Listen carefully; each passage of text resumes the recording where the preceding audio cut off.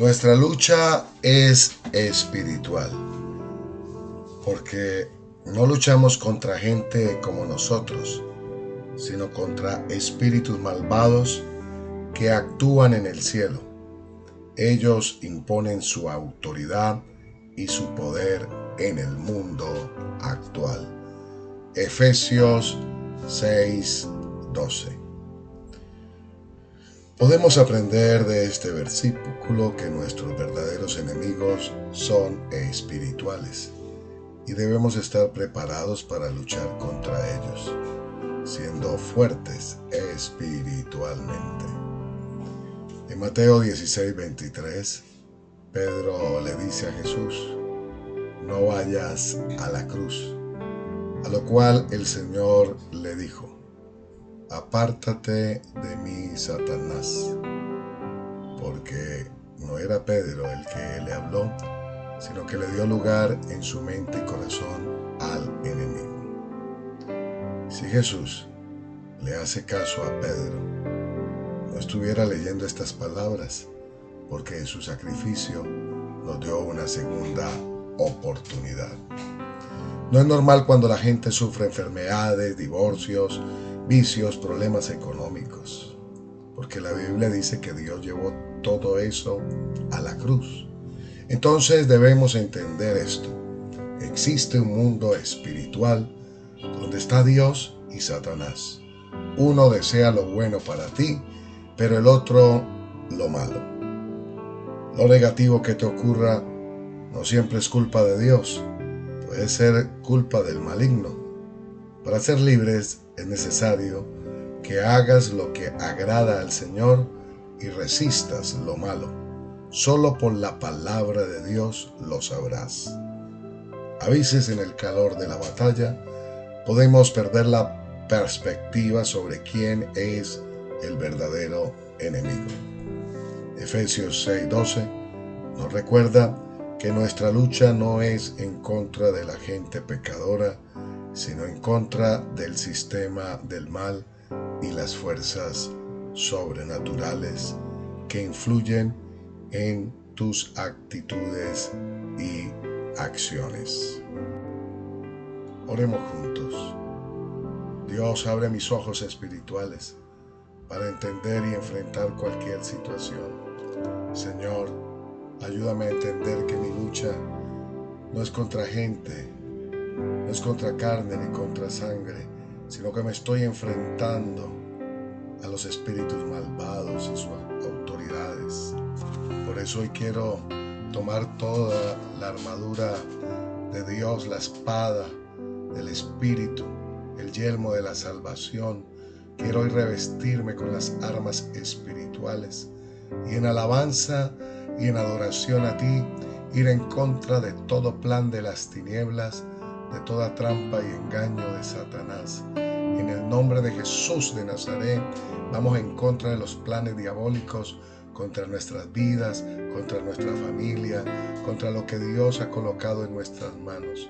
Quebrantamos todo plan de las tinieblas en contra de la familia, en contra de la iglesia.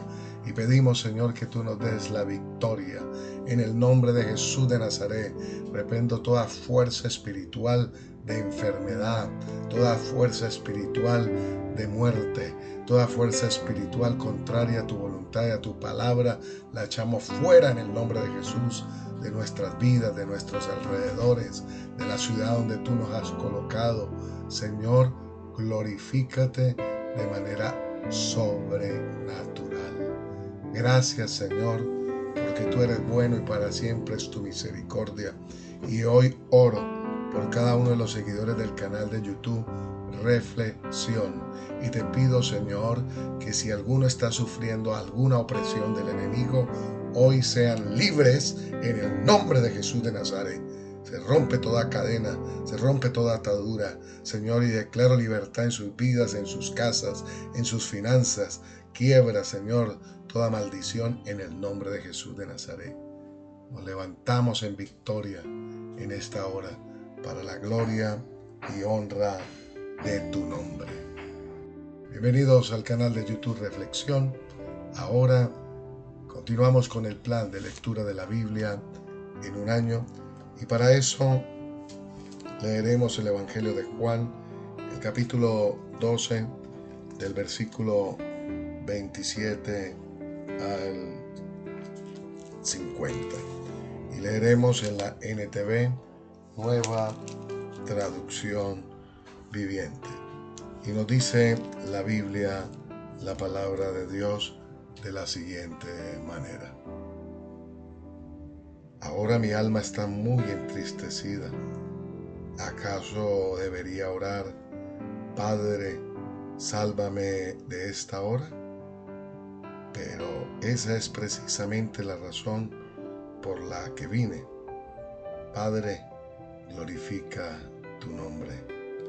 Entonces habló una voz del cielo: ya he glorificado mi nombre y lo haré otra vez.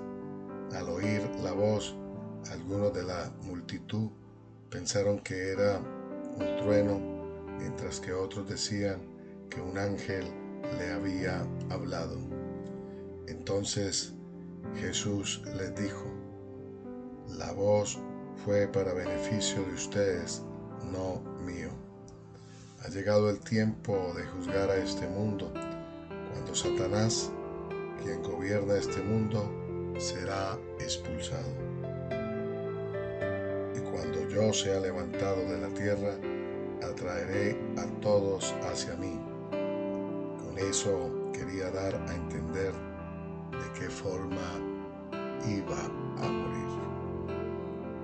La multitud respondió: según entendimos de las Escrituras, el Mesías vivirá para siempre. ¿Cómo puede decir entonces que el Hijo del Hombre va a morir?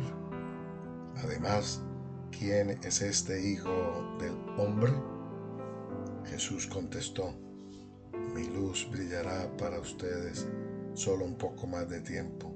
Caminen en la luz mientras puedan, para que la oscuridad no los tome por sorpresa, porque los que andan en la oscuridad no pueden ver a dónde van. Ponga su confianza en la luz mientras aún haya tiempo. Entonces se convertirán en hijos de la luz. Después de decir esas cosas, Jesús salió y desapareció de la vista de ellos. A pesar de todas las señales milagrosas que Jesús había hecho, la mayoría de la gente aún no creía en él. Eso era precisamente lo que el profeta Isaías había predicho. Señor, ¿quién ha creído a nuestro mensaje? ¿A quién ha revelado el Señor su brazo poderoso? Pero la gente no podía creer, porque como también dijo Isaías, el Señor les ha cegado los ojos y les ha endurecido el corazón, para que sus ojos no puedan ver y su corazón no pueda entender, y ellos no puedan volver a mí para que yo los sane. Isaías se refería a Jesús cuando dijo esas palabras, porque vio el futuro y habló de la gloria del Mesías. Sin embargo, hubo muchos que sí creyeron en él, entre ellos algunos líderes judíos, pero no lo admitían por temor a que los fariseos los expulsaran de la sinagoga, porque amaban más la aprobación humana que la aprobación de Dios. Jesús le gritó a la multitud: si confían en mí, no confían solamente en mí, sino también en Dios, quien me envió. Pues cuando me ven a mí, están viendo al que me envió. Yo he venido como una luz para brillar en este mundo de oscuridad, a fin de que todos los que pongan su confianza en mí no queden más en la oscuridad. No voy a juzgar a los que me oyen, pero no me obedecen, porque he venido para salvar al mundo y no para juzgarlo. Pero todos los que me rechazan a mí y rechazan mi mensaje serán juzgados el día del juicio por la verdad que yo he hablado.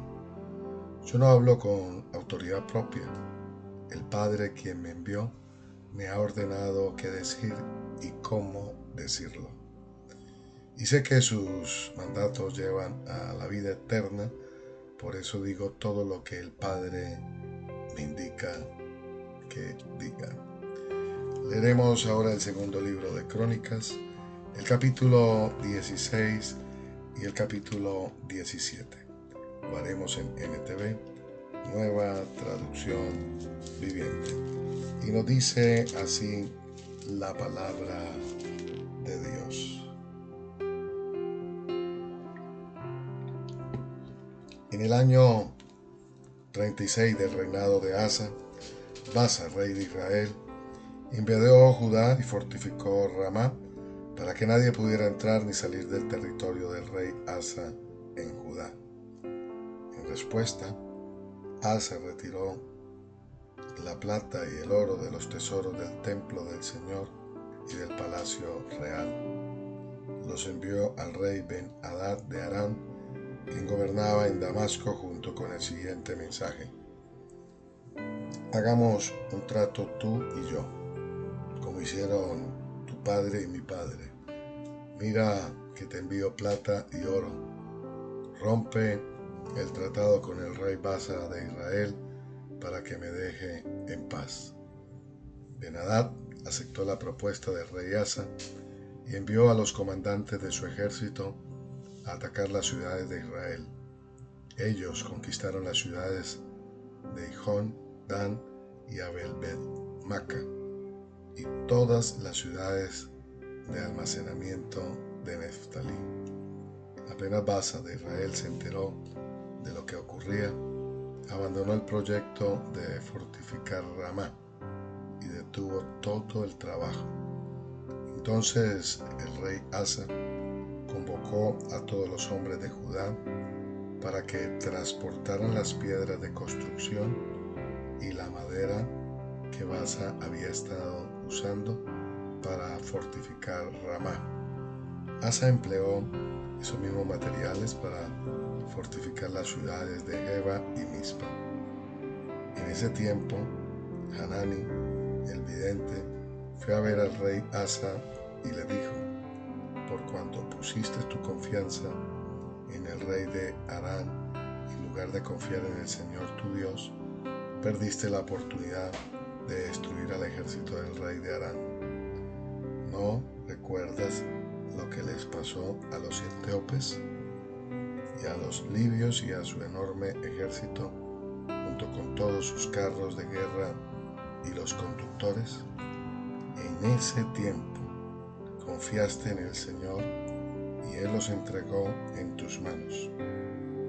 Los ojos del Señor recorren toda la tierra para fortalecer a los que tienen el corazón totalmente comprometidos con Él. Qué necio has sido, de ahora en adelante estarás en guerra. Asa se enojó tanto con Hanani por haberle dicho esto, que lo echó en la cárcel y lo puso en el cepo. En esos tiempos, Asa también comenzó a oprimir a algunos de su pueblo. Los demás acontecimientos del reino de Asa, desde el principio hasta el fin, están registrados en el libro de los reyes de Judá y de Israel. En el año 39 de su reinado, Asa contrajo una enfermedad grave en los pies. A pesar de lo grave que era, no buscó la ayuda del Señor, sino que recurrió exclusivamente a sus médicos. Así que murió en el año 41 de su reinado. Lo enterraron en la tumba que había tallado para sí en la ciudad de David. Fue puesto sobre una cama perfumada con especias dulces y ungüentos aromáticos, y la gente encendió una enorme hoguera funeraria en su honor. Capítulo 17. Luego Josafat, hijo de Asa, lo sucedió en el trono y fortaleció a Judá para hacerle frente a cualquier ataque de Israel. Estableció tropas en todas las ciudades fortificadas de Judá y asignó guarniciones adicionales en la tierra de Judá y en las ciudades de Efraín que su padre Asa había conquistado. El Señor estaba con Josafat porque siguió el ejemplo de los primeros años de su padre. No rindió culto a las imágenes de Baal, buscó al Dios de su padre y obedeció sus mandatos en lugar de seguir las prácticas malvadas del reino de Israel. Por eso el Señor estableció el dominio de Josafat sobre el reino de Judá. Todo el pueblo de Judá le llevaba regalos a Josafat, de modo que llegó a ser muy rico y gozó de gran estima. Estaba profundamente comprometido con los caminos del Señor. Quitó en todo Judá los santuarios paganos y los postes dedicados a la diosa Acera. En el tercer año de su reinado, Josafat envió a sus funcionarios a enseñar en todas las ciudades de Judá. Entre los funcionarios estaba Benjail, Abdías, Zacarías, Natanael y Micaías. Junto con ellos envió levitas, incluidos Semaías, Netanías, Zebadías, Asael, Semiramot, Jonatán, Adonías, Tobías y Tobadonías. También envió a los sacerdotes Elisama y Yorán. Llevaron copias del libro de la ley del Señor y recorrieron todas las ciudades de Judá enseñando a la gente. Entonces el temor del Señor vino sobre todos los reinos vecinos para que ninguno de ellos quisiera declarar la guerra contra Josafat. Algunos de los filisteos le llevaron regalos y plata como tributo, y los árabes le llevaron 7,700 carneros y 7,700 chivos. Entonces Josafat llegó a ser cada vez más poderoso y construyó fortalezas y ciudades de almacenamiento en todo el territorio de Judá.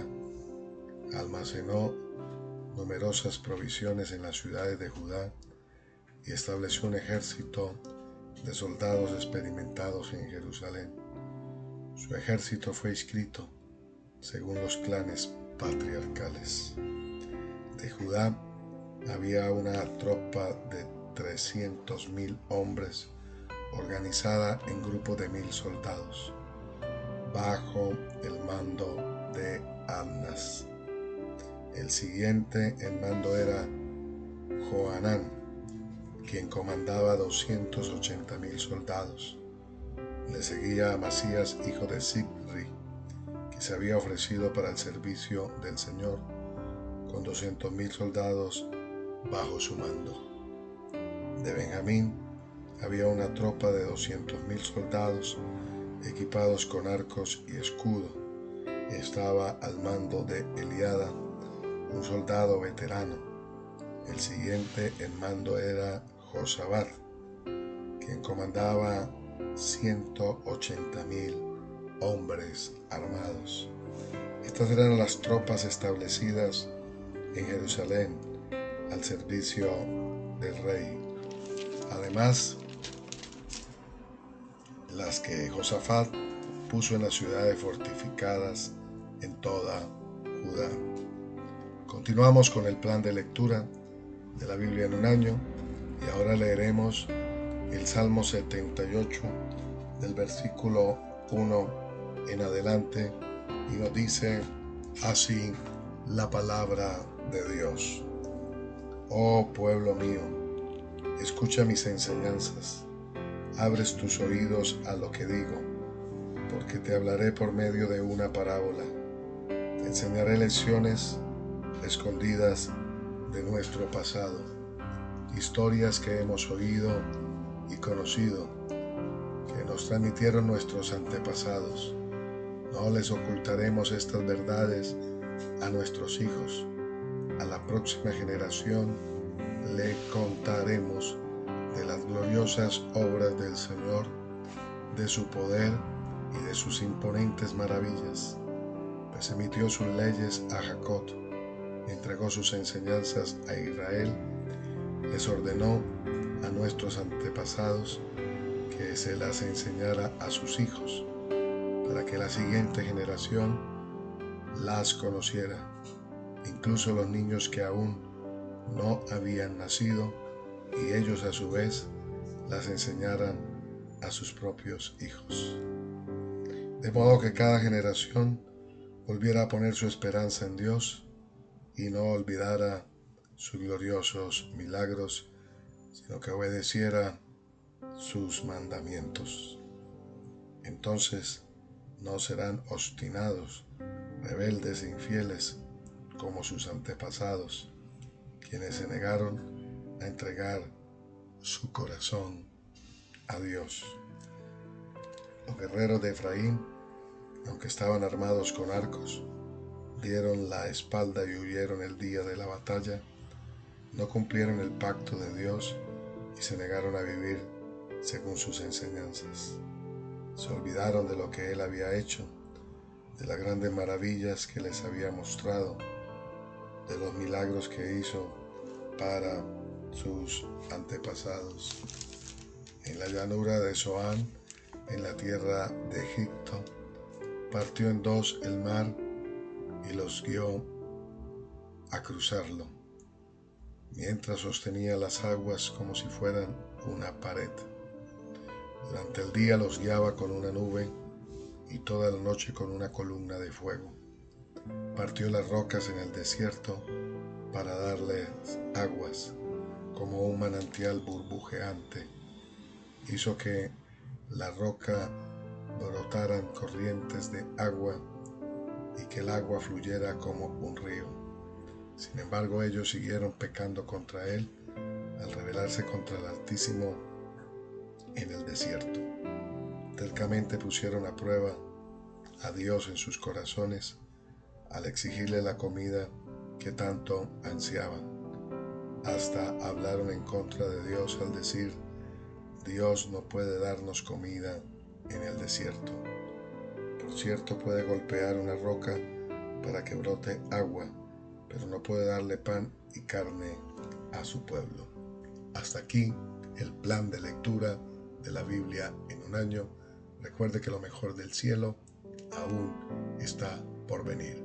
Esto lo desea y lo declara Omar Borges, capellán de la Distribuidora Bíblica. Bendiciones para todos en Cristo Jesús.